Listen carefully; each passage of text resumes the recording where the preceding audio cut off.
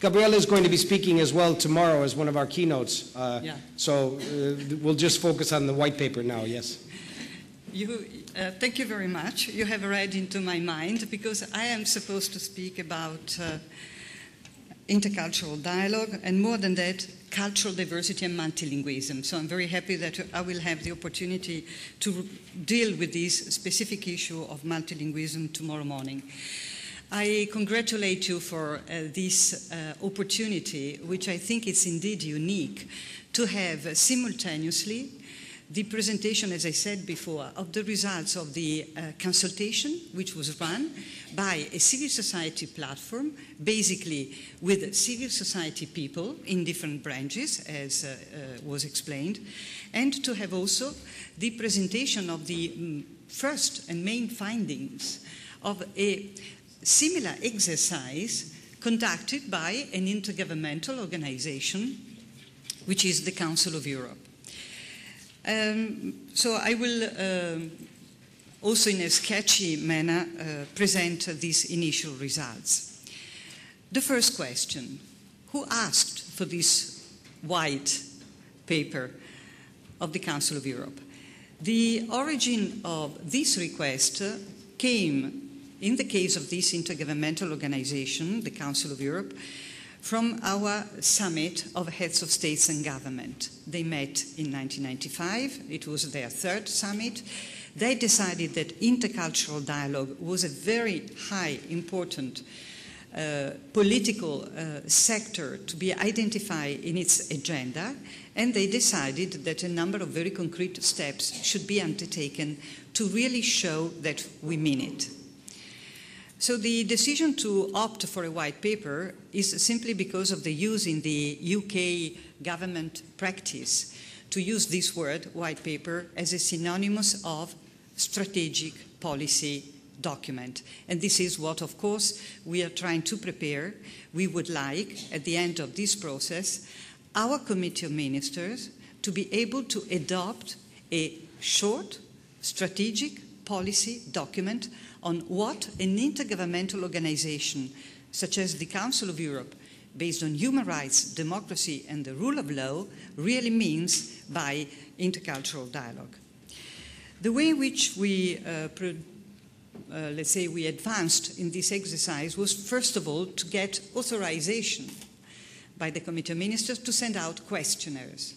So we sent questionnaires to ministries of foreign affairs in member states, to members of our parliamentary assembly, to the members of our Congress of Local and Regional Authorities, and in addition to that, we sent questionnaires to different kinds of organizations representing migrant community, women, youth organizations, but also the media, and, very important, religious communities. So we sent out all these questionnaires. We gave 3-4 months to different stakeholders to answer. Some did not answer. We got back, however, many answers. And on the results which I'm going to present, it's interesting to note that the 47 member states of the Council of Europe, only with 1 or 2 exceptions, replied back to the questionnaire and took the exercise very seriously. And we got many answers from and replies from civil society, but also religious organizations, women, youth organizations, and so on. So we were really already impressed by the quantity and quality of the answers that we got back. So this is maybe a first message to keep, that simultaneously there are these 2 initiatives for consultation, and we get back so many replies and qualitative. So it means that the subject is really, although confusedly perceived maybe in some countries and in some quarters, felt as an important and central one. The second thing I would like to say is that this concept of intercultural dialogue, the exact wording that we are using now, in international normative text, we believe, we might be wrong of course, but we believe that at least as far as Europe is concerned, appeared for the first time in 1995.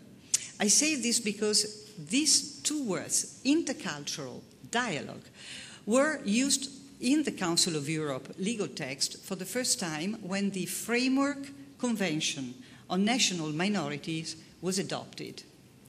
It is interesting to connect now the two words, intercultural dialogue, to the issue of how to stabilize minorities, national minorities at the time, in 1995, in our societies. Remember, it was the time when the Council of Europe was opening and enlarging in a very speedy way to all these countries from Central and Eastern Europe where there were many minority groups.